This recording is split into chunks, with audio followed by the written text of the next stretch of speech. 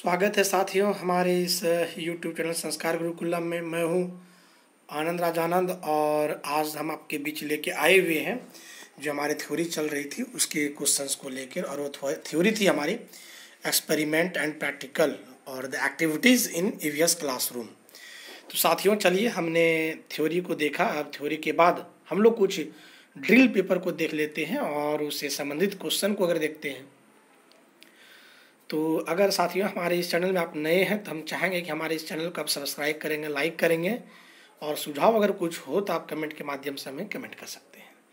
तो आइए साथियों हम लोग एक एक करके चलते हैं क्वेश्चन आंसर की ओर और फिर उस सिलसिले को फिर आगे बढ़ाते हैं और फिर हम लोग अगले टॉपिक भी इसमें कवर करेंगे। पूरा का पूरा जो सीटेट की जो ईवीएस होती है उसको पूरे कवर कराया जाएगा, है ना।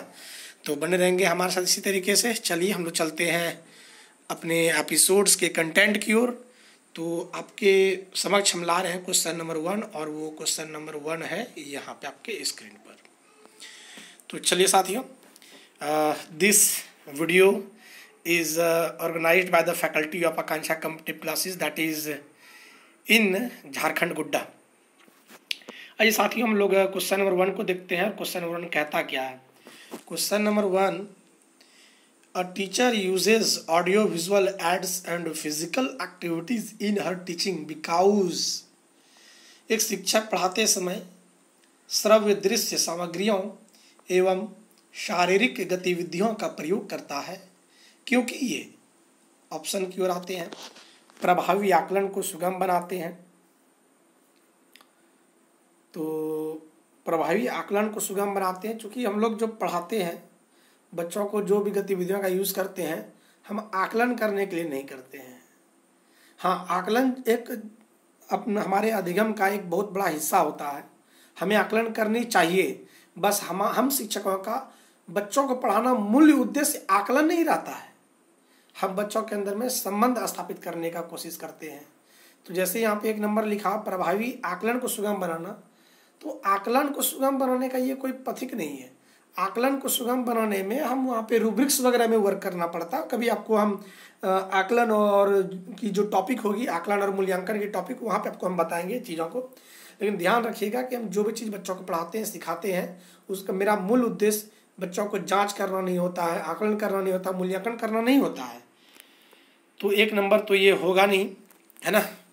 तो हमने शायद थोड़ा सा कुछ चीज़ों को, हाँ साथियों, तो 1 नंबर तो ये होगा नहीं, है ना। 1 नंबर यह नहीं होगा। हमारा मूल उद्देश्य बच्चों का आकलन करना नहीं होता है, असेसमेंट करना नहीं होता है। दूसरा ऑप्शन कहता है शिक्षार्थियों को दिशा परिवर्तन उपलब्ध कराते हैं। कोई जरूरी नहीं है कि हम श्रव्य द्रव्य सामग्री का यूज़ करते दिशा उपलब्ध कराने के लिए करते हैं, ऐसा कुछ भी नहीं है। इसलिए ये भी 2 नंबर भी जो है वो नहीं होगा। तीसरी बात कहता है कि अधिगम वृद्धि में अधिकतम इंद्रियों का प्रयोग करते हैं। हमने आपको थ्योरी में बताया था, अगर आपने अगर थ्योरी को नहीं देखा है तो उसको आप समझने की कोशिश करेंगे, थ्योरी को देखने की कोशिश करेंगे। इसके डिस्क्रिप्शन लिस्ट में उसका थ्योरी का कंसेप्ट लिंक दे देंगे, आप वहाँ से कर लीजिएगा। तो साथियों हम बच्चों को डिफरेंट टाइप्स ऑफ एक्टिविटीज़ कराते हैं। उन एक्टिविटीज़ के अंदर में हम लोग ऑडियो विजुअल एड्स वगैरह का यूज़ करते हैं, बहुत प्रकार फिजिकल एक्टिविटीज़ वगैरह करते हैं। इससे बच्चों को इसलिए यूज़ करते हैं क्योंकि बच्चे यहाँ पे ना ज़्यादातर अपने मैक्सिमम यूज़ कर पाता अपने जो सेंस ऑर्गन्स है, और जब ज़्यादा सेंस ऑर्गन्स का इस्तेमाल करता है तो बच्चों में एक अच्छी समझ विकसित हो पाता है। इसलिए एक जरूरी हिस्सा है। तो इसका 1 का आंसर जो है वो 3 नंबर चला गया, है ना। तो आइए नेक्स्ट क्वेश्चन को चलते हैं, सवाल नंबर 2 की ओर चलते हैं। और सवाल नंबर 2 क्या कहता है उसको पढ़ते हैं हम लोग। कहता है which of the following is are activities और एक्टिविटी इन ईवीएस क्लासरूम। निम्नलिखित में से कौन सी ईवीएस कक्षा में गतिविधि है, कौन सा गतिविधि है। तो चित्र पढ़ना हमने आपको पढ़ाया है, थ्योरी आप जरूर देखेंगे साथियों, है ना।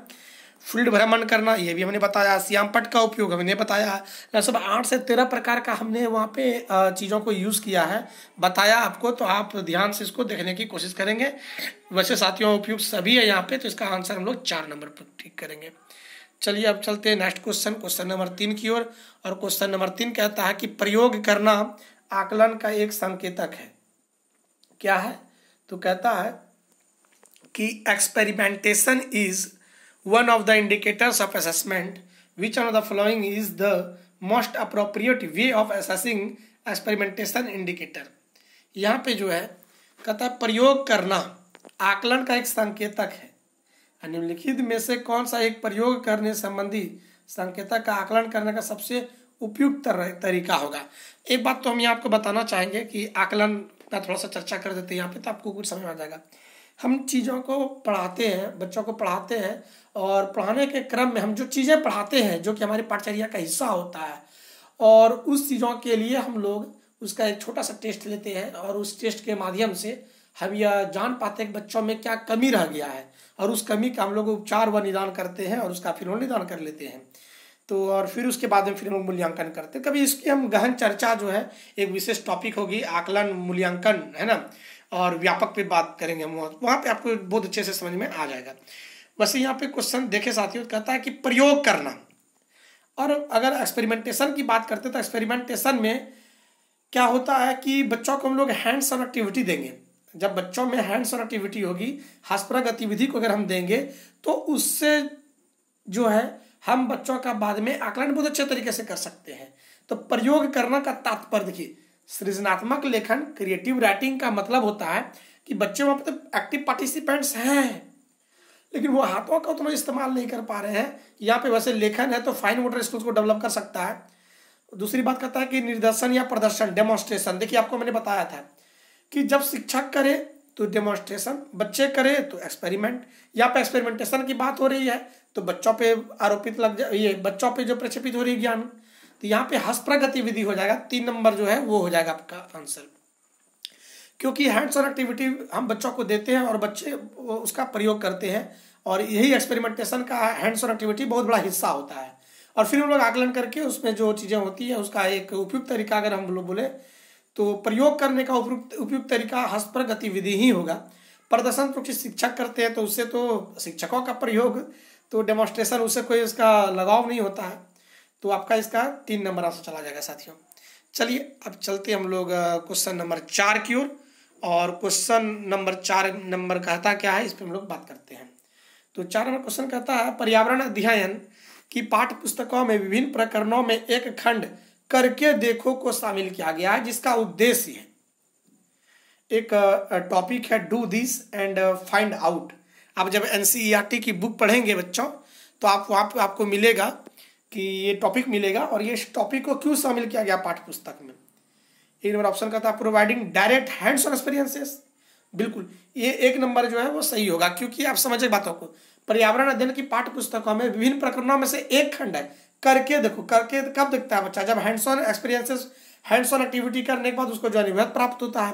तो 1 नंबर इसका आंसर चला जाएगा, क्योंकि वो चीज़ें तभी कर पाएगा जब उसको क्या होगा, हाथों का अच्छे से वो यूज कर पाएगा।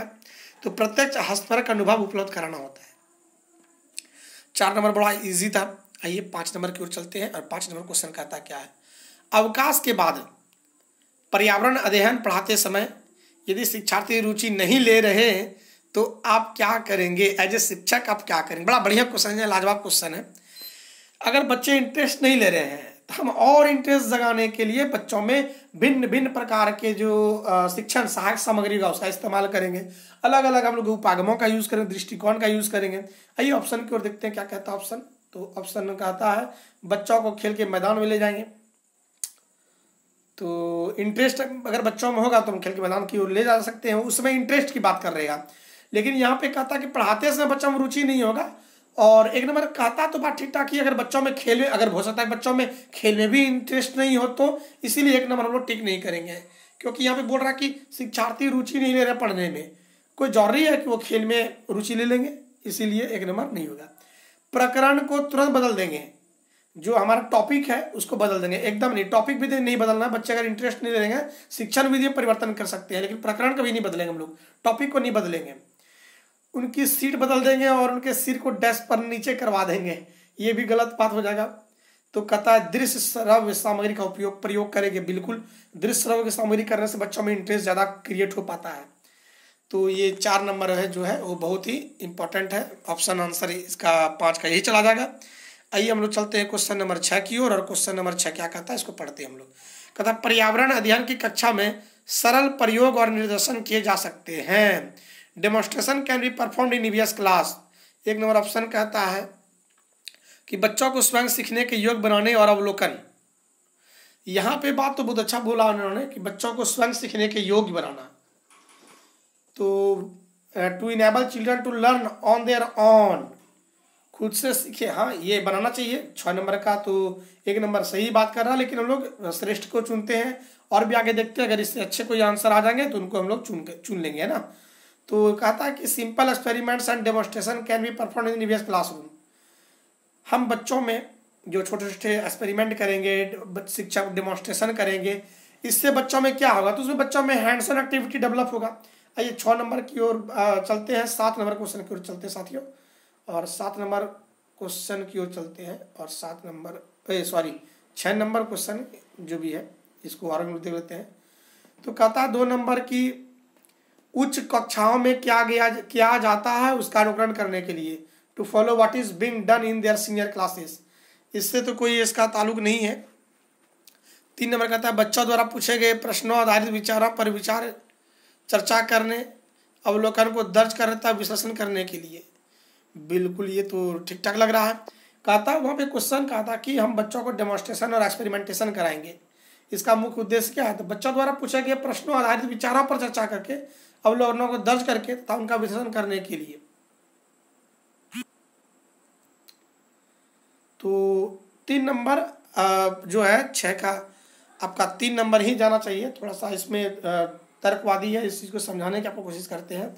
वैसे चौथा देख लेते हैं। कहता कक्षा में अनुशासन को सुनिश्चित करने हेतु बच्चों को नियंत्रण करने के लिए। 4 नंबर तो कभी हो नहीं सकता। 2 नंबर कहता उच्च कक्षाओं में क्या जाता है और अनुकरण करने के लिए, ये भी तो लिमिट कर देता है कि उच्च कक्षा और निम्न कक्षा। तो यहाँ पे बच्चों द्वारा पूछे गए प्रश्न, जो बच्चे प्रश्न पूछेंगे उस प्रश्नों पर आधारित विचार पर चर्चा करेंगे। अवलोकन को दर्ज करें, जो बच्चे ऑब्जर्व करते हैं डेमोन्स्ट्रेशन के तहत, शिक्षक जब डेमोन्स्ट्रेशन कर रहे थे, प्रश्न करते हैं, तो बच्चे उसको क्या करते हैं, अवलोकन करते हैं। उसके अवलोकन को दर्ज करेंगे और फिर जो है क्या करेंगे, तो कहते हैं कि उसका विश्लेषण करने के लिए। 3 नंबर ऑप्शन एक राइट आंसर जा रहा है। तो साथियों आप इसी को चुनेंगे तो बेस्ट रहेगा। तो चलिए एक बार हम लोग आगे 7 नंबर क्वेश्चन की ओर चलते हैं और 7 नंबर क्या कहता है इस पर हम लोग फिर बात करते हैं। तो 7 नंबर है आपके बोर्ड पर, देखेंगे स्क्रीन पर है। तो कहता है सहयोगात्मक अधिगम में पुराने एवं अधिक दक्ष विद्यार्थी छोटे एवं कम कुशल शिक्षार्थी विद्यार्थी का आकलन करते हैं, इसका परिणाम है। ये क्वेश्चन थोड़ा सा आकलन को भी टच किया है और हमारे एक्टिविटी को भी टच किया है। तो देखते हैं। तो क्वेश्चन को समझिएगा पहले। क्वेश्चन कहता क्या है, कहता है सहयोगात्मक अधिगम में पुराने एवं अधिक दक्ष विद्यार्थी छोटे एवं कम कुशल विद्यार्थी का आकलन करते हैं, इसका परिणाम है। देखिए आप लोगों ने भी देखा होगा कि जो बड़े क्लास के बच्चे होते हैं वो छोटे क्लास में जाते हैं और उनका आकलन करने में टीचर का सहयोग करते हैं या फिर आकलन करते हैं। तो इसका जो होता है, इसके वजह से बच्चों में क्या होती है, जो उच्च क्लास के बच्चे अगर छोटे क्लास में जाके पढ़ा रहे हैं उससे बच्चों में क्या होती है, तो उसकी उच्च उपलब्धि को दिखाता है और उसकी जो स्वगरिमा है उसका वो बढ़ जाता है। इसका आंसर 1 नंबर ही जाना चाहिए। तो आप समझ गए होंगे 1 नंबर ही जाना चाहिए। वैसे 2 नंबर को देख लेते, कहता उच्च नैतिक विकास। नैतिक विकास से तो उसका कोई तात्पर्य नहीं है, क्योंकि नैतिक विकास अगर कहा जाए तो ये हमारा सामाजिक संस्कृति के परिप्रेक्ष्य में होता है और क्या नीति के अंतर्गत है क्या नीति के अंतर्गत नहीं है, ये सारे बातें वो समाज के मानदंडों पर उसको जो है तय किया जाता है कि which one is the moral and which one is not moral, है ना। It totally depends on the socio cultural acceptance. So 2 number is wrong, है ना। चूँकि यहाँ पे बोल रहा है ना कि cooperative learning, in cooperative learning the students from the higher classes join the younger one and the lesser skilled student, it shows the higher achievement and self esteem। यहाँ पे उच्च उपलब्धि और स्वगरिमा को ही प्रदर्शित कर रहा है।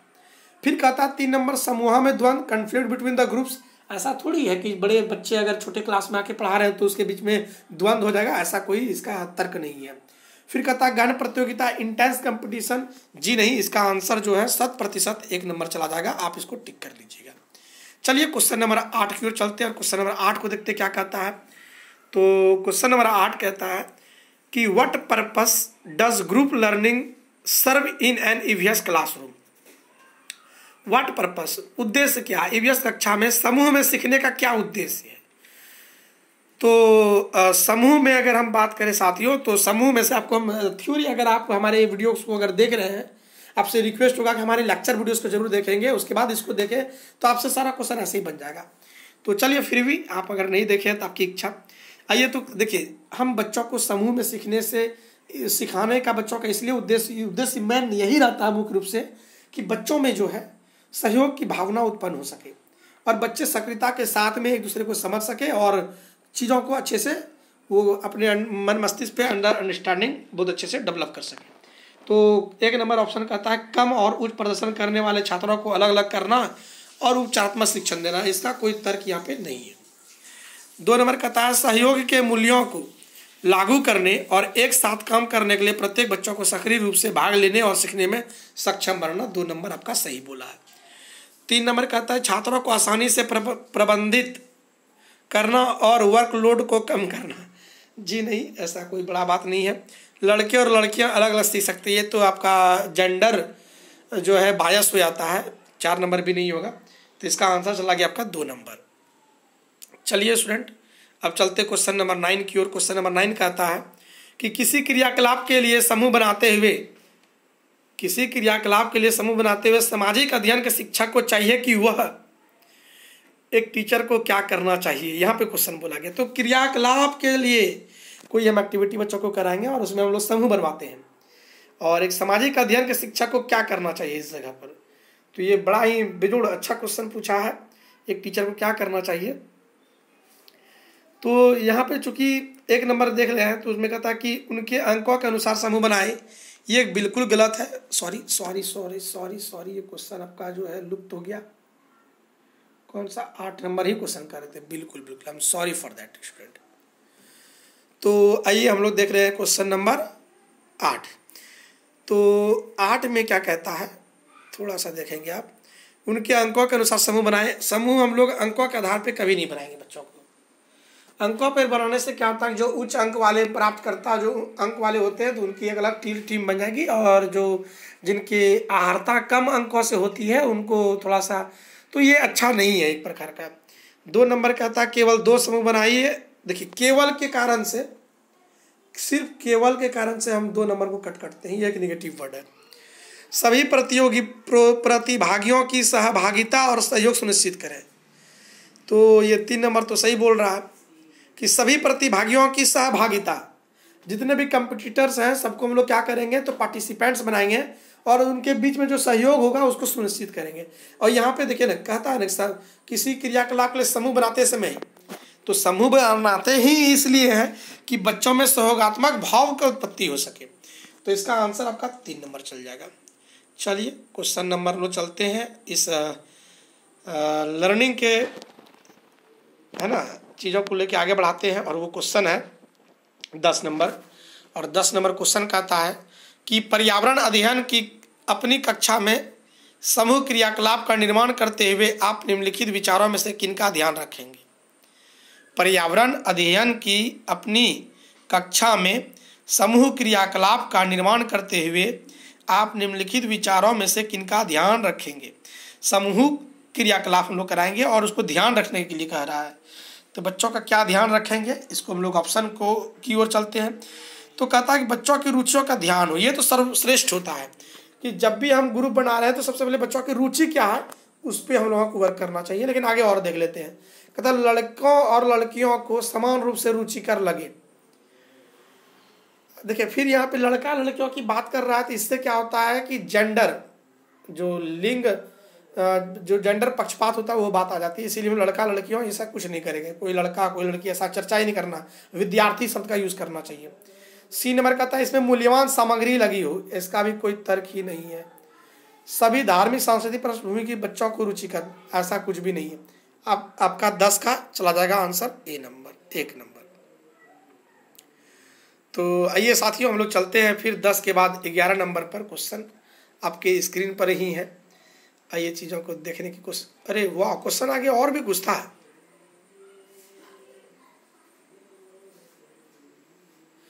बहुत बहुत सॉरी सॉरी सॉरी। देखिए थोड़ा सा एक बार हम लोग इसको अच्छे से देखते हैं। तो हम लोग देख लेते हैं। वैसे इस क्वेश्चन को छोड़ते हैं, आप लोग हमको जो है कमेंट करके इसका आंसर बताइएगा, है ना। छोड़िए, छूट गया तो छूट गया, आप लोग आंसर करके इसको बताइएगा, फिर बाद में इसका हम आंसर करेंगे। तो 11 नंबर क्वेश्चन कहता है, और देखिए आपका 10 नंबर क्वेश्चन बड़ा तर्कवादी क्वेश्चन था, क्योंकि आधा पार्ट इधर था तो हमने देखा नहीं, और हम चाहेंगे कि आप जो इसको कमेंट करके इसका आंसर बताइएगा, बड़ा ही अच्छा लगेगा। तो चलिए हम चीज़ों को आगे बढ़ाते हैं और 11 नंबर क्वेश्चन की ओर चलते हैं। 11 नंबर की ओर क्वेश्चन को पढ़ते हैं। कहता क्या है, कहता पर्यावरण अध्ययन में बच्चे शिल्पकला और चित्रकला को समूह में सीखना विशेष रूप से पसंद करते हैं, क्योंकि, है ना। तो क्योंकि अब देखते हैं करके पढ़ना पड़ेगा। यह सहपाठी अधिगम को बढ़ावा देता है। बिल्कुल, जब हम लोग समूह में करते हैं तो बच्चों के अधिगम को यह क्या करता है, बढ़ाता है। इसीलिए 1 नंबर जो है वो जिसमें है वो सही होगा। तो 1 नंबर सब में है, 3 नंबर में नहीं है, तो ये 3 नंबर खत्म हो गया, नहीं होगा। बी नंबर का तैयार सामाजिक अधिगम को बेहतर बनाता है। बिल्कुल, जब समूह में है तो इससे सामाजिकरण भी होता है, आपको हम थ्योरी में पढ़ा चुके हैं। बी भी सही है, मतलब जिसमें ए और बी दोनों हो, तो ए और बी दोनों हो। तो 4 नंबर में तो बी नहीं है, इसलिए 4 नंबर नहीं होगा। सी नंबर कहता है जब बच्चों को सृजनात्मकता की प्रशंसा की जाती है तो वे खुश होते हैं और वह उसके प्रति प्रेरित भी होते हैं। बिल्कुल, जब क्रिएटिविटी में बच्चा जब अच्छा करे तो उसकी प्रशंसा की जानी चाहिए, और जब प्रशंसा करते हैं तो खुश भी होते हैं और फिर बहुत अच्छा उस चीज़ को आगे और भी बढ़ाते हैं। तो ए बी सी तीनों सही है। और अरे वाह, समथिंग इज मिस्टेक, कोई बात नहीं है। सी नंबर भी सही बात बोला इन्होंने, तो मैं देख लेता हूँ। सी नंबर भी सही है। डी नंबर कहता है यह कक्षा में अनुशासन को बढ़ाता है। बिल्कुल नहीं, शिल्पकला और चित्रकला से बच्चों के अनुशासन से कोई पता नहीं है। तो ए बी सी जिसमें होगा वही होगा। तो ये 2 नंबर में है, इसलिए आंसर आपका 2 नंबर चला जाएगा। तो आइए हम लोग चलते हैं नेक्स्ट क्वेश्चन की ओर। 12 नंबर, 12 नंबर भी बड़ा ही लॉजिकल क्वेश्चन है, इसको देखते हैं हम लोग। कहता क्या क्वेश्चन, तो क्वेश्चन कहता है कि एक शिक्षक कक्षा 5 में जल संरक्षण पर समूह चर्चा का आयोजन करता है। एक शिक्षक जो है कक्षा 5 में जल संरक्षण पर समूह चर्चा का आयोजन करता है। इस समूह चर्चा को आयोजित करने का उद्देश्य है। बड़ा बढ़िया क्वेश्चन बोला, और हमने थ्योरी में इसका एग्जाम्पल भी दिया था। तो ए नंबर कहता है कि सभी शिक्षार्थियों को बोलने का अवसर प्रदान करता है। बिल्कुल, जब हम बच्चों को समूह चर्चा कराते हैं सभी बच्चों को बोलने का क्या करता है, तो वो अवसर प्रदान करता है। 1 नंबर बिल्कुल उन्होंने सही बात करी। बी नंबर कहता है कि टू डेवलप मल्टीपल पर्सपेक्टिव्स, बहुपरिप्रेक्ष्य का विकास करना। तो अगर हम बात करें साथियों, तो बी नंबर भी एक मतलब मोटा मोटी ये अच्छा बात कर रहा है, क्योंकि देखिए जब हम समूह चर्चा करते हैं तो बच्चे कुछ भी बोल सकते हैं, उनके पास जो भी अनुभव होगा वो बोल सकते हैं, और ये कहीं ना कहीं मल्टीपल पर्सपेक्टिव्स को रिप्रेजेंट कर रहा है। बहुपरिप्रेक्ष्य का तात्पर्य होता है, देखिए मल्टीपल का मतलब बहुत सारे बच्चे, और परिप्रेक्ष्य का तात्पर्य यह होता है कि बच्चों के पास जो अनुभव है वो आपके चर्चा में शामिल करेंगे। तो हमारे क्लास में अगर 15 बच्चे हैं तो 15 बच्चे क्या करेंगे, अपना अपना अनुभव को वहाँ पे रखेंगे। तो they project their ideas on the perspectives of the previous और the prior experiences which they have. उनके पास जो पूर्व के जो अनुभव है उन विषय वस्तु पर वो आपके सामने में रखेंगे। क्योंकि बच्चे बहुत अलग अलग हैं तो अलग अलग तरीके से रखेंगे, इसीलिए बी नंबर भी आपका सही, मतलब कि जिसमें ए हो बी हो वो भी सही है। तो ए हो बी हो, अच्छा तो ए और बी जिसमें हो तो 4 नंबर चाह रहा है। वैसे सी को भी पढ़ लेते हैं, एक बार देख लेते हैं। तो कहता है प्रभावशाली तरीके से कक्षा प्रबंधन करना। देखिए हम जल संरक्षण पर समूह चर्चा करते हैं तो इसका प्रभावशाली तरीके से कक्षा प्रबंधन पे कोई भी इसमें तर्क नहीं आता है। शिक्षार्थियों को जांच करना, बच्चों को कभी जांच करना ही नहीं चाहिए, है ना। आकलन करना चाहिए, बहुत अच्छी बात, आकलन करना चाहिए। और आकलन क्यों करना चाहिए, हम कभी आकलन और मूल्यांकन पे एक टॉपिक स्पेशल बनाएंगे तो उसमें आपको ज़्यादा हम समझाने की कोशिश करेंगे। तो चलिए साथियों इसका आंसर हम 4 डालते हैं और 4 सही होगा भी।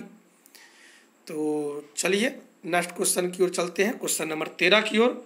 और 13 नंबर क्वेश्चन कहता है निम्नलिखित सभी कथन, है ना, पर्यावरण अध्ययन में सामूहिक रूप से क्रियाकलापों में संलग्न शिक्षकों को विद्यार्थियों के पक्ष में तर्क प्रस्तुत करते हैं। ध्यान से पढ़िएगा, पर्यावरण अध्ययन में सामूहिक रूप से, देखिए सॉरी थोड़ा सा हाँ, तो कोई बात नहीं है, मैं ओ माय गॉड क्या हो गया, हाँ ठीक। तो इसमें से देखेंगे आप, अच्छा 12 नंबर तो हो ही गया, आप 13 नंबर की ओर चलते हैं। तो 13 नंबर, सॉरी कभी कभी थोड़ा सा जो है दिक्कत हो जाता है, लेकिन आप लोग धैर्य रखेंगे, धीरज रखेंगे तो आपको चीज़ें समझ में बहुत अच्छे से आएगी। और अगर आपके अंदर में धैर्य है, धीरज है, तो ये आप एक अच्छे प्रभावशाली शिक्षक हैं। और सभी प्रभावशाली शिक्षकों को जो है अपने अंदर में धैर्य रखना चाहिए, और जो उनके द्वारा जो उनके मुख से निकला हुआ जो वाणी होना चाहिए वो बड़ा ही मानक होना चाहिए। और यही चीज़ें शिक्षकों को और भी लोगों से अलग करता है। और हमारे समाज में शिक्षकों का जो दायित्व है, शिक्षकों का जो सम्मान है, वो तो मिलता ही है। और ये आगे बरकरार रहे, हम अपने सभी शिक्षाविद शिक्षक जिज्ञासु पात्र से यह निवेदन करते हैं कि आप अपने अंदर में भी ऐसी प्रवृत्ति को जन्म दें जिससे कि आपका विचार, आपका व्यवहार, आपका ज्ञान जो आपके अंदर मन मस्तिष्क में है, पुस्तकों के प्रति अत्यंत प्रेम, बच्चों के बीच में अत्यंत प्रेम, साथ ही साथ आपकी भाषा बड़ा ही मर्यादित हो, आपका हाव भाव जो बॉडी का जो गैस्चर हो वो भी मर्यादित हो, संस्कृति हो, सुरीति हो, सुवैचारिक हो, सुनैतिक हो। ये सारे गुण आपके साथ विद्यमान होनी चाहिए। और एक चीज़ आपकी भाषा, अगर आपकी भाषा मानक हो तो और भी समाज के जितने अवयव हैं, जितने पीपल्स हैं, उनसे आपको एक अलग अनुभव और एक अलग पहचान देगा। और ये होता है एक अच्छे प्रभावशाली शिक्षक की गाथा, प्रभावशाली शिक्षक की एक विशेषता।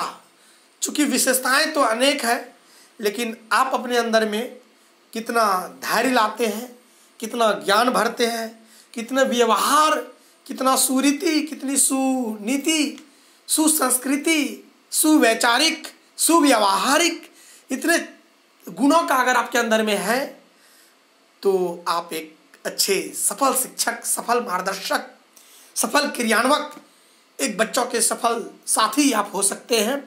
और वहीं आप इस ज्ञानवाद और निर्माणवाद के सभी समाज के आप एक अच्छे बेहतरीन निर्माणकर्ता, ज्ञान का निर्माणकर्ता आप बन के उभरेंगे और समाज में और लोगों से हटके एक अपना नया परिचय देंगे।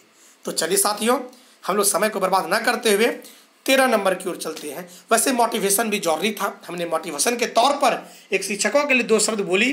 अगर आपको लगे तो आप उन चीज़ों को अपने अंदर में ला सकते हैं, और फिर नहीं तो आपको जैसा लगे। लेकिन हमेशा से हम शिक्षकों का यही रहता है कि अपने समाज में एक अलग प्रतिष्ठा प्राप्त करें, और प्रतिष्ठा प्राप्त करने की लालसा हमारे अंदर में हमेशा सभी शिक्षकों का रहना चाहिए।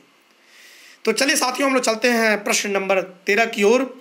और प्रश्न नंबर 13 कहते क्या है, इस पे हम लोग बात करते हैं।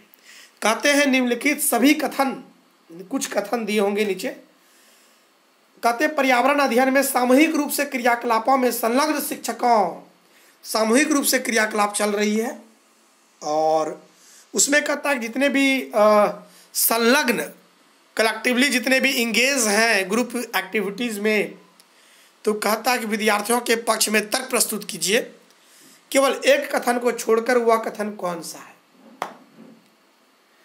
तो यहाँ पे कहता है except one which is that statement.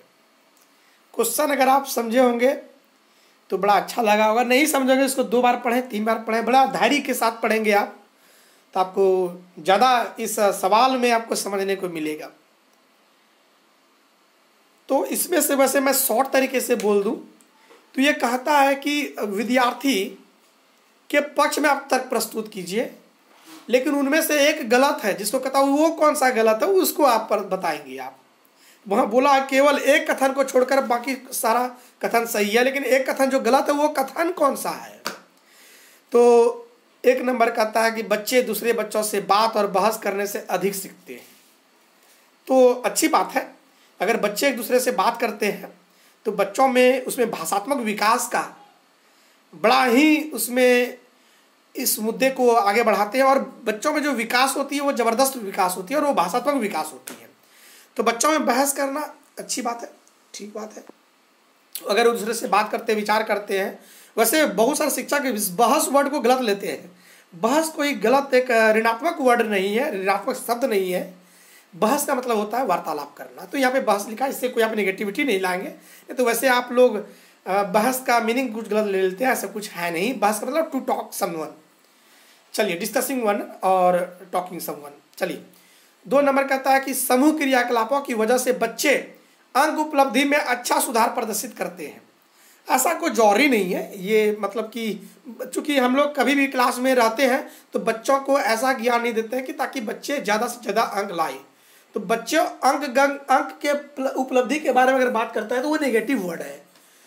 We always project our ideas and the knowledge और the concept in the mind of children only for their better performance in the understanding of that specific topic, not for gaining the good marks in their examination. हम लोग ये चीज़ें बच्चों में अंक लाने के लिए बच्चों को नहीं पढ़ाते हैं, हम बच्चों को ज्ञान देते हैं। बच्चों में अच्छी अवधारणाएं, अच्छी समझ, अच्छी संक्रियाएं उनके अंदर में, उनके मन मस्तिष्क पे चल सके, इसलिए हम लोग ज्ञान का प्रक्षेपण करते हैं। हम बच्चों को कभी अंक लाने के लिए उसमें कभी प्रेरित नहीं करते हैं, हम बच्चों को ज्ञान देने की कोशिश करते हैं। इसीलिए 2 नंबर जो है ये बिल्कुल ही गलत बात करी नहीं है। और क्वेश्चन ही पूछता है कि कौन सा गलत है, तो कौन सा गलत है, तो ये 2 नंबर गलत बात करी है। 3 नंबर वैसे और भी पढ़ लेते हैं। कहता है प्राणों के समर्थन से बच्चों को अपनी क्षमता से अधिक ज्ञान के निर्माण में सहायता मिल सकती है। बिल्कुल, in the assistance of adult children can help for the better construction of knowledge beyond their ability. चूंकि प्रौढ़ जो होते हैं, देखिए एक बात मैं यहाँ पे बोलना चाहूँगा, जो प्रौढ़ होते हैं, जो एडल्ट होते हैं, जो जिसको आप एक वर्ड लेते हैं वृद्धा, तो वो बूढ़े हुए हैं। इसका मतलब ये नहीं है कि उनका ज्ञान बूढ़ा हुआ है, उनमें उतने सालों का अनुभव छुपा हुआ है। और अगर हम अनुभवी व्यक्तियों के पास अगर रहेंगे तो सही बात है कि हम में क्षमता का ज्यादा ज्ञान का निर्माण हो सकता है। Because the more experience people project the ideas in use और इन अबैंडमेंट थ्योरीज और कंसेप्ट। कहने का तात्पर्य साथियों, जो बूढ़े व्यक्ति होते हैं, जो एडल्ट है, जो प्रौढ़ होते हैं, वो दिमाग से बूढ़े नहीं होते। उनके पास उतने वर्षों का अनुभव रहता है। और हमने आपको कहा जो व्यक्ति जिनके पास ज्यादा अनुभव है वो उस विषय वस्तु में आपके पास ज्यादा ज्ञान का प्रक्षेपण कर सकते हैं। तो 3 नंबर ये बात तो सही बात कर रही है, हमें तो गलत चुनना था। 3 नंबर ये सही बात करता है। 4था नंबर कहता है बच्चे परस्पर सामंजस्य और सहयोग करना सीखते हैं। ये बात भी सर्वदा सत्य है कि अगर बच्चे सामूहिक कार्य कर रहे हैं तो उनमें से सामंजस्य की पैदा होती है। And they feel the collaborative and they feel the cooperative ideas. उनमें समाजीकरण की भाव उत्पत्ति होती है।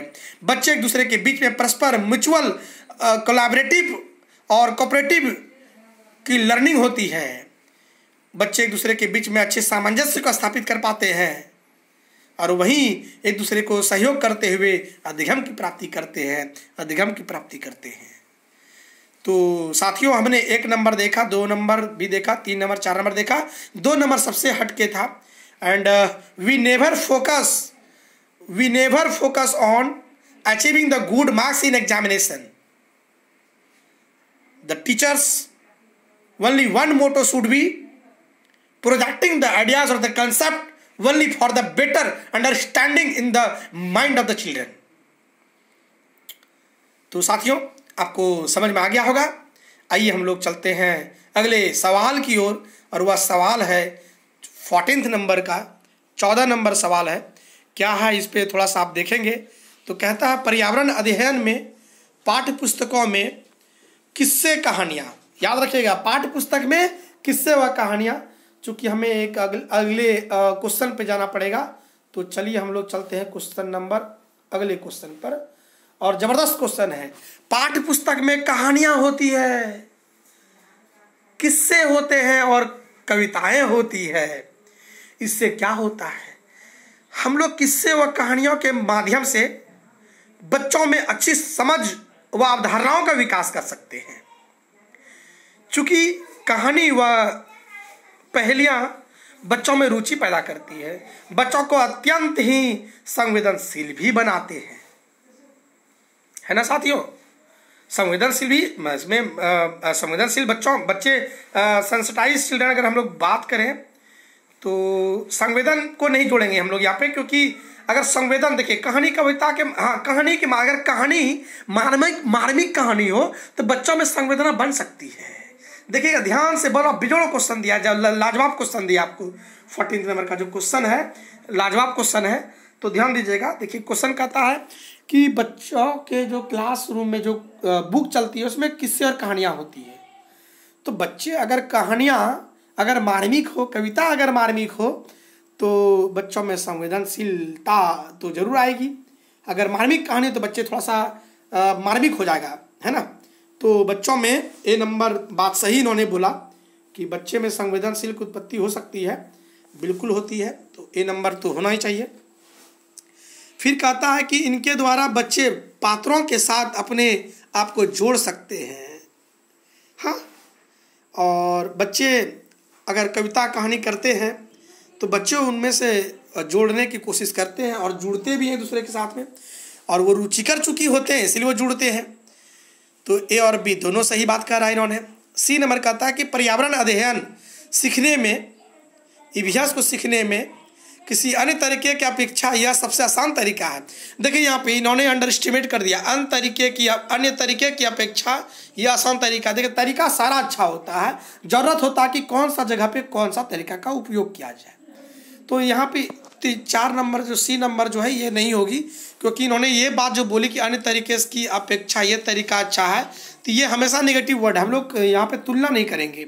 और इस तरह का तुलनात्मक अगर शब्द आए तो उसको आप सबसे पहले काट देंगे, 3 नंबर सी नंबर नहीं होगा।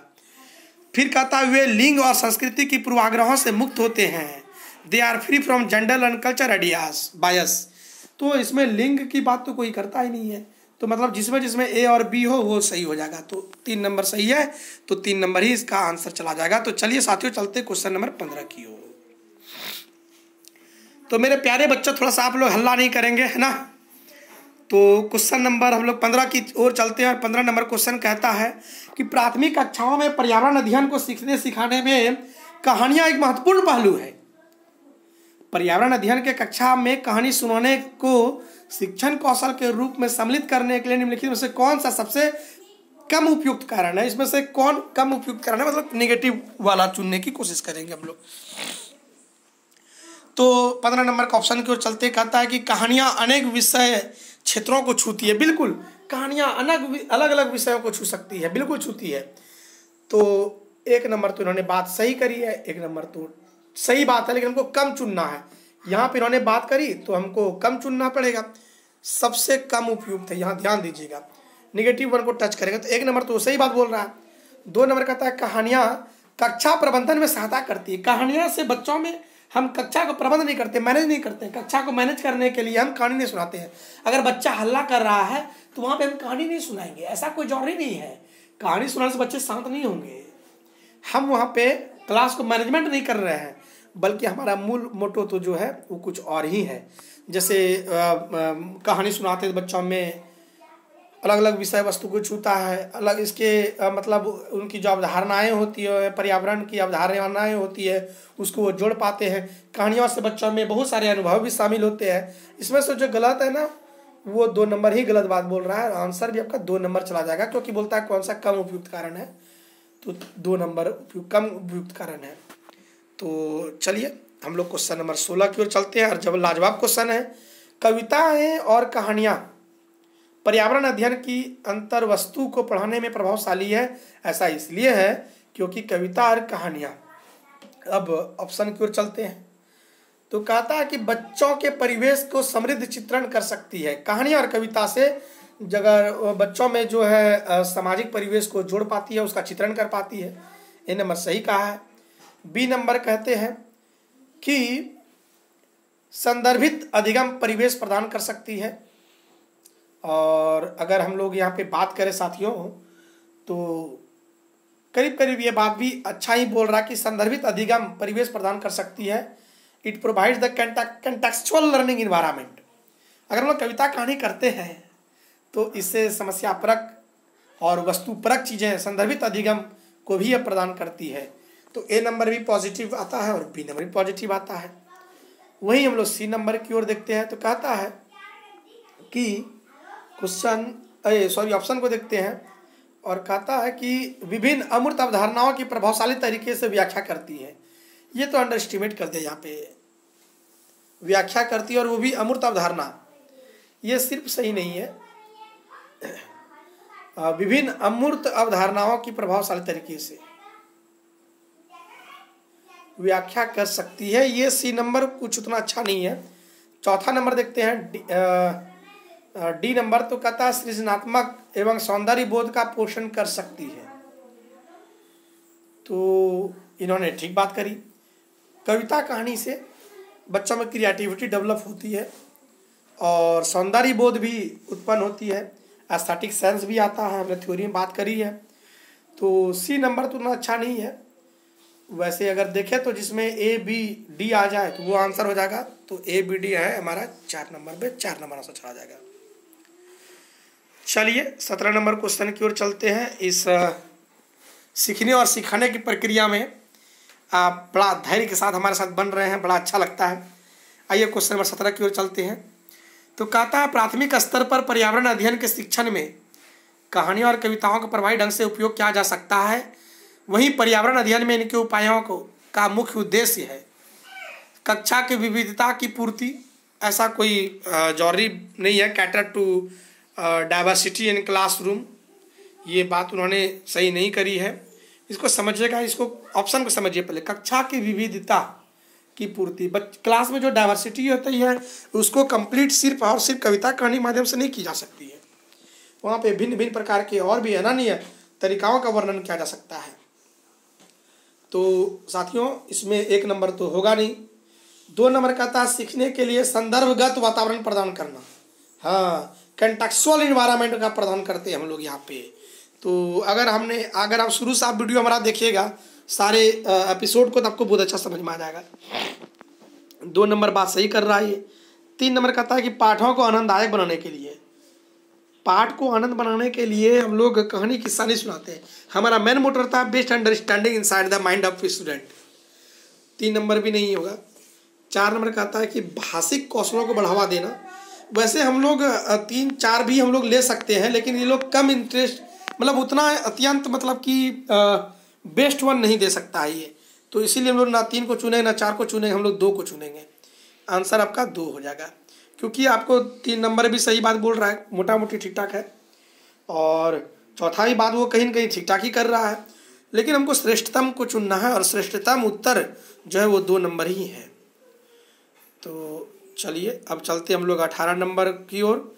और 18 नंबर, अच्छा नेक्स्ट पेज में जाना पड़ेगा, है ना। तो कहता है कि पर्यावरण अध्ययन की कक्षा में अवधारणाओं को स्पष्ट, है ना, अवधारणाओं को स्पष्ट। तो चलिए 19 की ओर चलते हैं, और ज़्यादा नहीं 20-22 क्वेश्चन होगा लमसम। तो कहता है कि अच्छा क्या था इधर, एक बार क्वेश्चन क्या था, हाँ था अवधारणाओं को स्पष्ट। पर्यावरण अध्ययन की कक्षा में अवधारणाओं को स्पष्ट करने के लिए कविताओं और कहानी कथन का प्रयोग करना। इसमें से पाठ को आनंददायक और रोचक बनाने में मदद करता है। बात तो ये ठीक ठाक है। ये रोचक बनाता है, बिल्कुल बनाता है। और फिर आगे देखते हैं कि कहता है कि स्थानीय या विश्व स्तर पर संसार की प्रकृति को खोजने और कल्पना करने की योग्यता का विकास करने में मदद करता है। बिल्कुल ये भी बात जो इन्होंने बोली बड़ा अच्छा है। और 2 नंबर भी इन्होंने करीब करीब जो ऑप्शन दे रहा है ये बेस्ट ऑप्शन दे रहा है कि हम बच्चों को कहानी और कथा से जो संसार की जो प्रकृति है उसको खोजने के लिए और उस कल्पना जगत में उसकी योग्यता का विकास करना ही हमारा मोटो भी रहता है। वैसे 1 नंबर ऑप्शन गलत नहीं है, वो भी सही ही है, लेकिन यहाँ पे लिमिट हो जाता है थोड़ा सा। और 2 नंबर में ये बड़ा डाइवर्स की बात करता है, विविधताओं की बात कर रही है यहाँ पे। तो 2 नंबर आंसर ये सही बोल रहा है, ऑप्शन सही बोल रहा है। तीसरा नंबर ऑप्शन को देख लेते हैं। कहता है बच्चों में विद्यमान भाषा एवं सांस्कृतिक विविधता को ध्यान में रखता है। तो यहाँ पे तो उन्होंने अंडरस्टैंड कर दिया कि सिर्फ सांस्कृतिक विविधता और सांस्कृतिक विविधता और भाषा को ही ये लिमिट कर रहा है, इसलिए 2 नंबर को टच नहीं करेंगे। लिमिट कर रहा है यहाँ पे। उचित दिशा में बच्चों की ऊर्जा को संकेंद्रित करता है, ये भी लिमिट कर रहा है। तो ऑप्शन नंबर 2 चल जाएगा, ये होगा आंसर। चलिए 19 नंबर क्वेश्चन की ओर चलते हैं और 19 नंबर क्वेश्चन क्या कहता है देखते हैं। तो कहता है पर्यावरण अध्ययन की पाठ्य पुस्तकों में कविताओं और कहानियों को शामिल करने का निम्नलिखित में से कौन सा उद्देश्य नहीं है, ये देखना है। तो शिक्षार्थियों को देखो विषय में रुचि का विकास करना, ध्यान दीजिएगा यहाँ पे नहीं दिया हुआ है, नहीं वाला को चुनेंगे हम लोग। तो कहता है विषय में रुचि का विकास करना, हम लोग रुचि का विकास कर सकते हैं। नित्य और एकरस विषय वस्तु में बदलाव करना, हम लोग मोनोटोनी को भी तोड़ते हैं, ये भी सही बात बोल रहा है। शिक्षार्थियों को आनंद और मज़ा उपलब्ध कराना, ये बिल्कुल, ये देखिए आनंद रुचि अलग चीज़ है, आनंद अलग है, रुचि अलग है। कभी आप देखिए आनंद मतलब होता है कि जो अंदर सबको खुशी देता है, और रुचि का मतलब ये है कि उसमें उसका लगाव जुड़ जाता है, उसको रुचि कहते हैं। वैसे बहुत लोग रुचि और आनंद को एक ही समझ लेते हैं, ऐसा नहीं है। रुचि अलग है, रुचि एक प्रकार का हैबिट को डेवलप करता है। आनंद देखिए, रुचि में आनंद छुपा रहता है, आनंद के वजह से ही रुचि आती है बच्चों में। तो आनंद और मज़ा जो है ये निगेटिव वर्ड है, हम बच्चों को रुचि दे सकते हैं। रुचि का मतलब होता है कि आनंद तो है, लेकिन आनंद की वजह से उसमें हैबिट डेवलप हो गया उस चीज़ों के लिए, तो उसको हम लोग रुचि कहते हैं। तो एक छोटा सा एक चीज़ों को आप ध्यान दीजिएगा। इसीलिए 1 नंबर तो सही बात करता है, 2 नंबर भी सही करता है, लेकिन 3 नंबर थोड़ा सा गड़बड़ बात करता है, क्योंकि हम लोग आनंद और मज़ा एंटरटेनमेंट तो कराना नहीं है बच्चों को। तो 3 नंबर बात ये गलत बोलता है। और भी ऑप्शन देख लेते हैं। तो कहता है शिक्षार्थियों में कल्पनाशीलता और सृजनात्मक योग्यता को बढ़ा देता है। 4 नंबर की बात बोला उन्होंने सही, लेकिन कौन सा गलत है, तो 3 नंबर ही ऑप्शन चला जाएगा, मतलब कि नेगेटिव कौन सा चुनना था तो 3 नंबर ही चला जाएगा।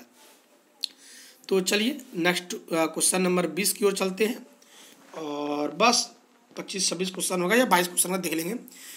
कहता प्राथमिक स्तर की ईवीएस पाठ्य पुस्तकों में कविताएं और कहानियां सम्मिलित करने का कारण है। अब कारण है तो हम लोग देखते हैं। तो विद्यार्थियों में साहित्यिक रुचि का विकसित करना, यहाँ पे तो सिर्फ साहित्यिक रुचि का हम लोग विकसित कर नहीं करते हैं, यहाँ पे और भी चीज़ों का होता है। तो 1 नंबर लिमिट कर रहा है, इसी वजह से 1 नंबर को टच हम लोग नहीं करेंगे। तो 1 नंबर को लोग टच इसलिए नहीं करते हैं। 2 नंबर देखिए आप लोग छांटने के लिए सीखेंगे कि हम लोग इसको क्यों नहीं ले रहे हैं। 1 नंबर इसलिए नहीं लिया क्योंकि बोलता है साहित्यिक रुचि, क्या हम लोग कहानी और कविता से सिर्फ साहित्यिक रुचि का ही होता है क्या? साहित्यिक रुचि का ही हम लोग विकास नहीं करते हैं, बहुत अनन्य विकास होती है। लिमिट की वजह से 1 नंबर हम लोग काट दिए। 2 नंबर कहता है कि विषय के अधिगम में आमोद प्रमोद करना। कहता है provide fun and enjoyment in learning of subject. Fun and enjoyment ये फिर नेगेटिव वर्ड को ले रहे हैं, तो 2 नंबर भी नहीं होगा। 3 नंबर कहता है मूल संकल्पनाओं के अधिगम में वृद्धि करना। तो मूल संकल्पना जो उसका अंडरस्टैंडिंग ऑफ फंडामेंटल कंसेप्ट है उसको वृद्धि करना। फंडामेंटल कंसेप्ट का हम लोग वृद्धि नहीं करते हैं, चूँकि ज्ञान रहता है उनके पास तो ज्ञान तो बढ़ते रहता है। 4था नंबर कहता है विषय वस्तु को प्रस्तुत करने के लिए नित्यचर्या और एक रास्ता में परिवर्तन। हमने थ्योरी में आपको बताया है कि we have the poem and story for breaking the monotony of classroom, हमने थ्योरी में पढ़ाया आपको। तो 4 नंबर आंसर चला जाएगा आपका। तो थोड़ा सा अजूबा लगेगा, आप हमारे थ्योरी को देखिए, समझ में बहुत कुछ आ जाएगा आपको। 21 नंबर कहता है मीता हमेशा पर्यावरण अध्ययन की कक्षा में अपने शिक्षार्थियों से मुक्त अंत वाले प्रश्न पूछती है, इसका मुख्य उद्देश्य हो सकता है। थोड़ा सा ये टॉपिक को हम थोड़ा सा एक बार आपके सामने फिर से रखते हैं। आप लोग थ्योरी में ही छूट गया था, थोड़ा सा इसको कवर कर लीजिएगा। देखिए हम शिक्षक ऑलवेज हमेशा कोशिश करते हैं कि बच्चों में थिंकिंग एक्टिविटीज़ के माध्यम से थिंकिंग डेवलप हो सके, एक्टिविटीज़ के माध्यम से थिंकिंग डेवलप हो सके, और वहीं बच्चों में क्रिएटिविटी डेवलप हो, सृजनात्मकता जो है बच्चों में डेवलप हो। और ये तभी हो सकता है जब बच्चों को हम लोग बेटर टास्क दे सके। मतलब हम शिक्षक बच्चों को ऐसी टास्क देंगे जिससे बच्चे कुछ नया करने के बारे में सोचे, और बच्चों में टास्क परफॉर्म करने के लिए हम उसको सवाल जो देंगे तो कैसा सवाल देंगे बच्चों को, तो ओपन एंडेड सवाल देंगे। ओपन एंडेड सवाल का होता है खुला अंत वाला सवाल जिसका अनलिमिटेड आंसर हो सके। देखिए बात को समझिएगा, बच्चों को हम लोग ऐसा कुछ टास्क देंगे जिससे बच्चे में सृजनात्मकता का गुण विकसित हो सके, और सृजनात्मकता का गुण विकसित तभी हो पाएगा जब हम लोग उन लोगों को डाइवर्जेंट थिंकिंग बेस्ड पर टास्क देंगे। डाइवर्जेंट थिंकिंग बेस्ड पर हम लोग टास्क देंगे। और डाइवर्जेंट थिंकिंग की बात करें तो डाइवर्जेंट थिंकिंग होता क्या है, अब देखिएगा, उसको कहते हैं अपसारी चिंतन। अपसारी एक होता है अपसारी चिंतन, एक होता है अभिसारी चिंतन। डाइवर्जेंट थिंकिंग का मतलब ही होता है कि एक सिचुएशन जिसमें बच्चे बहुत अलग अलग तरीक़ा से सोचे, अलग अलग प्रकार के कंसेप्ट को डेवलप करें, उसको हम लोग कहते हैं डाइवर्जेंट थिंकिंग। और कन्वर्जेंट थिंकिंग क्या होता है, जिसमें बच्चे के पास सिर्फ ओनली वन आइडियाज हो, उसको कहेंगे हम लोग क्या चीज़, उसको हम लोग कहेंगे कन्वर्जेंट थिंकिंग। हम लोग डाइवर्जेंट थिंकिंग के लिए बच्चों को ओपन एंडेड प्रॉब्लम देंगे, मतलब कि खुला अंत वाला सवाल देंगे। मतलब खुला अंत वाला सवाल का मतलब है जिसका अनलिमिटेड आंसर हो। जैसे x + y = 5, तो 4 और 1 जोड़ते हैं तो भी 5 होगा, 3 2 जोड़ते हैं तो भी 5 होगा, देखिए -4 और +6 देते हैं तो भी मतलब 5 ही होगा। तो ये सारी चीज़ें देखिए इनफाइनाइट आंसर होते हैं। तो ये क्या है, ये डाइवर्जेंट थिंकिंग है। और ऐसे सवाल को हम लोग ओपन एंडेड कहते हैं, खुला अंत वाला सवाल कहते हैं। और भी एक टाइप होता है जिसको कन्वर्जेंट थिंकिंग कहते हैं, जिसमें बच्चा का संकुचित या एक ही तरीका से सोचना होता है, उसको कन्वर्जेंट कहते हैं। देखिए जहाँ पे मस्तिष्क हमारा बढ़े, जहाँ पे तर्क की क्षमता बढ़े, चिंतन बढ़े, उसमें होगा डाइवर्जेंट। और जहाँ पे बुद्धि विवेक का कम यूज हो उसको कहेंगे कन्वर्जेंट। वैसे सवाल जैसे ओपन एंडेड सवाल बच्चे बहुत आंसर दे सकते हैं। हम पानी कहाँ से प्राप्त करते हैं, कोई बच्चा बोलेगा चापाकल से, कोई बोलेगा नल से, कोई बोलेगा नदी से, कोई बोलेगा तालाब से। तो ये ओपन एंडेड प्रॉब्लम है, ओपन एंडेड सवाल है। वही बच्चों को बोलेंगे कि क्वेश्चन देते ताजमहल कहाँ पे है, बच्चा का हर बार आंसर वही होगा आगरा में है। तो इसको कहेंगे हम लोग क्लोज एंडेड क्वेश्चंस। तो चलिए हम लोग क्वेश्चन की ओर चलते हैं। तो कहता है कि मीता हमेशा पर्यावरण अध्ययन की कक्षा में अपने शिक्षार्थियों से मुक्त अंत वाले प्रश्न पूछते हैं। मुक्त अंत मतलब समझ रहे हैं बातों को? मुक्त अंत का मतलब क्या होता है, मतलब देखिए मुक्त अंत है ना वाले सवाल पूछते हैं। तो मुक्त अंत का मतलब को पहले समझिएगा क्या कहता है। मुक्त अंत का मतलब होता है ओपन एंडेड। ओपन का मतलब होता है खुला या मुक्त। तो बच्ची शिक्षिका जो है मीता, वो अब बच्चों से मुक्त अंत वाले प्रश्न पूछते हैं। तो ये किसको प्रदर्शित करता है, तो डाइवर्जेंट को करता है, लेकिन डाइवर्जेंट तो ऑप्शन में दिया नहीं है। वो दिया है क्या चीज़, तो कहता है अभिसारी चिंतन। तो कन्वर्जेंट थिंकिंग के लिए तो मुक्त प्रश्न नहीं होता है, उसके लिए एकल प्रश्न हम लोग क्लोज एंडेड पूछेंगे, मतलब क्लोज बंद अंत वाला सवाल पूछेंगे।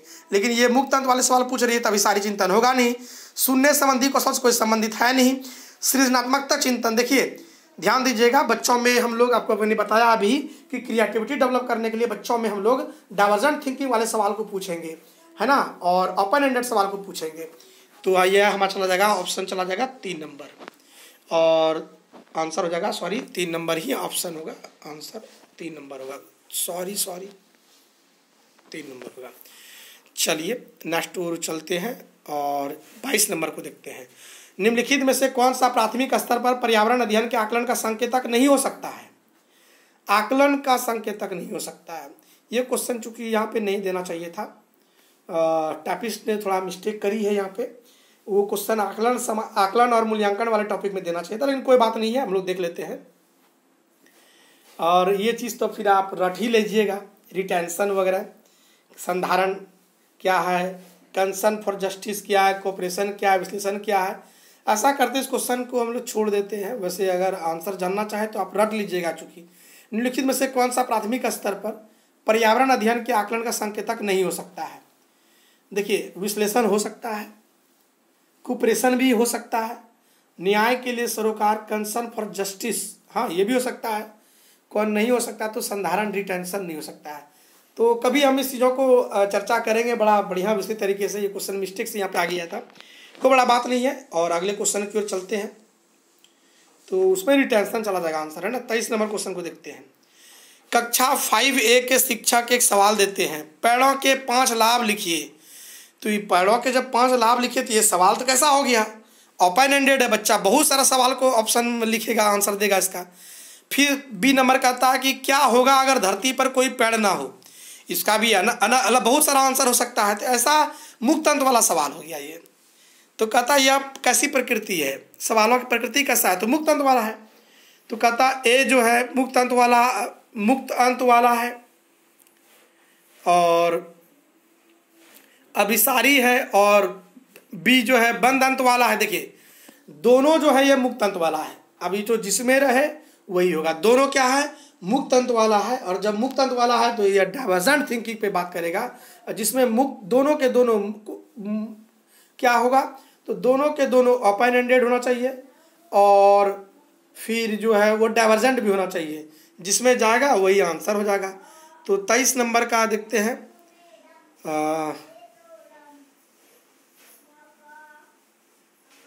सॉरी देखिएगा, पेड़ों के 5 लाभ लिखिए। तो बच्चे इनफाइनाइट आंसर देंगे। तो देख लीजिएगा, इसमें आपको जैसा लगे ये हम आपके लिए छोड़ देते हैं। आप कमेंट के माध्यम से लिखिए कौन सा आंसर जाएगा, है ना। तो बड़ा बढ़िया चीज़ है, आप इसमें चुनिएगा। देखिएगा यहाँ पे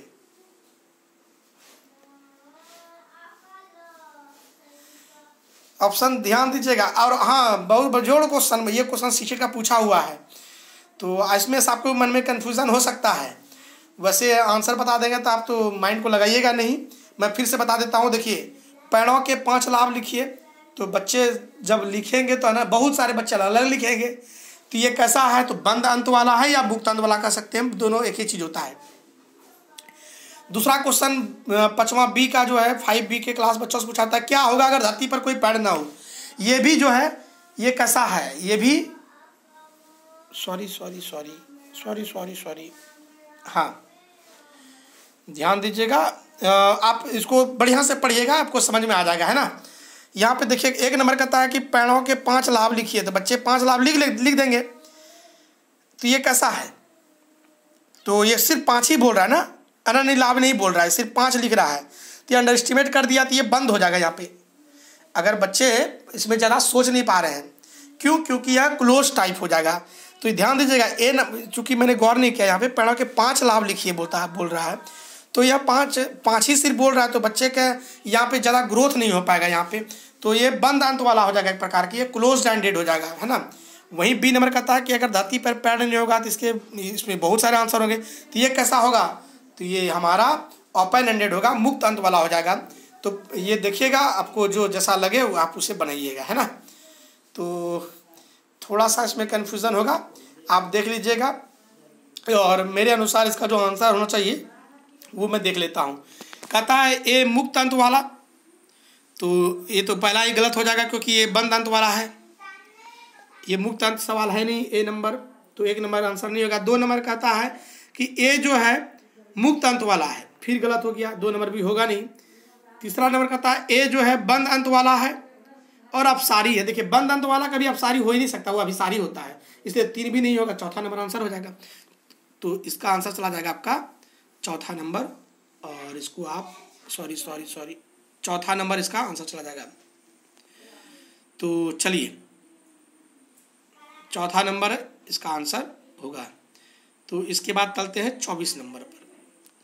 तो कहता है यदि 1 महीने के लिए बिजली ना हो तो हमारा जीवन किस प्रकार प्रभावित होगा। इस प्रश्न को पूछने का उद्देश्य है, इस प्रश्न का उद्देश्य क्या है, तो अपने तर्क चिंतन पर सवालों को आंसर कीजिएगा और कमेंट लिख के भेजिएगा, है ना। तो इसमें से आप अपना तरीके से 24 नंबर का आंसर भेजिएगा और कमेंट हम देखेंगे कि कौन कौन कमेंट करते हैं। आप वैसे आंसर बता देंगे तो आप लोग फिर नहीं मज़ा आएगा, है ना। आप अपने से दीजिएगा आंसर। 25 नंबर का भी क्वेश्चन जो है देखिए कुछ ऐसा ही है। आप इसको जो है आंसर बताइएगा। 25 नंबर भी आपके स्क्रीन पर है, क्या होगा और कमेंट करके बताएंगे, वहीं पे आपको आंसर हम देंगे। 26 नंबर भी आ जाइए। 26 नंबर देखिए क्या कहता है। ईवीएस की पढ़ाई में कक्षा में प्रश्नोत्तर तकनीक का सबसे, देखिए ईवीएस की पढ़ाई में कक्षा में प्रश्नोत्तर तकनीक का सबसे अच्छा उपयोग किसके लिए किया जा सकता है। मतलब क्वेश्चन आंसर जो है वो सबसे अच्छा क्या दे सकता है। कहता है विद्यार्थियों का ध्यान आकर्षित करने के लिए, ध्यान आकर्षित करने के लिए कुछ उतना अच्छा नहीं है। फिर कहता है शिक्षार्थियों में सीखने के जिज्ञासा उत्पन्न करने के लिए, जिज्ञासा वर्ड तो ज़बरदस्त है, इसीलिए इसका आंसर जो है एज मेरे आधार पर 2 नंबर चले जाना चाहिए और ये 2 नंबर आंसर होगा भी। और देखते हैं आगे और भी है और इसके ऑप्शन और भी हैं शायद, तो इसके बाद और ऑप्शन चलते हैं। और ऑप्शन जो है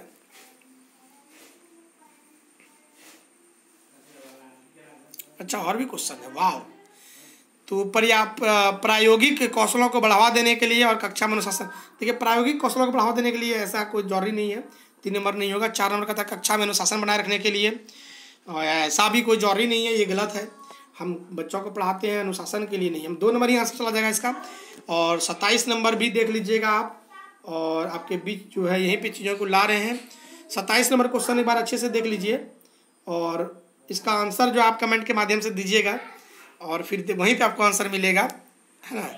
तो चलिए साथियों, और यहीं पे हमारा सीरीज जो है वो कंप्लीट होता है। और हम चाहेंगे साथियों कि अगर हमारे इस चैनल में आप नए हैं तो हमारे इस चैनल को आप सब्सक्राइब जरूर कीजिएगा। हो सकता है कि इस निर्माणवाद का फ़ायदा आपके एग्ज़ाम में देखने को मिलेगा। और अगर हमारा वीडियोस अच्छा लगा तो हमारे चैनल को आप सब्सक्राइब कीजिएगा, लाइक कीजिएगा और कमेंट जरूर कीजिएगा, क्योंकि यह क्वेश्चन के आंसर हमने कुछ का नहीं दिया है। तो चलिए साथियों, बहुत बहुत स्वागत हमारे संस्कार गुरुकुलम चैनल में। और हमारी एक टीम है आकांक्षा कॉम्पिटिटिव क्लासेस, चूँकि ये तो ऑफलाइन क्लास होती है, यहाँ पे संस्कार गुरुकुलम के माध्यम चैनल के माध्यम से आपको ऑनलाइन चीज़ें कंटेंट हम प्रोवाइड करने की कोशिश करेंगे। बने रहेंगे साथियों हमारे साथ इसी तरीके से। अगर हमारे चैनल में नए हैं तो सब्सक्राइब जरूर कीजिएगा। और बहुत सारे लोग हमारे वीडियोस को देखते हैं लेकिन उसको जो है सब्सक्राइब नहीं करते। उनसे एक रिक्वेस्ट होगा कि आप क्लिक जरूर कीजिएगा, सब्सक्राइब जरूर कीजिएगा, इससे हमें शायद अच्छा एक मोटिवेशन मिल जाता है आपके एक क्लिक से। तो चलिए साथियों, चीज़ों को यहीं पे हम लोग रखते हैं और फिर मिलते हैं हम लोग अगली एपिसोड पर। बने रहेंगे हमारे साथ इसी तरीके से। जय हिंद, जय भारत, जय गुरुदेव।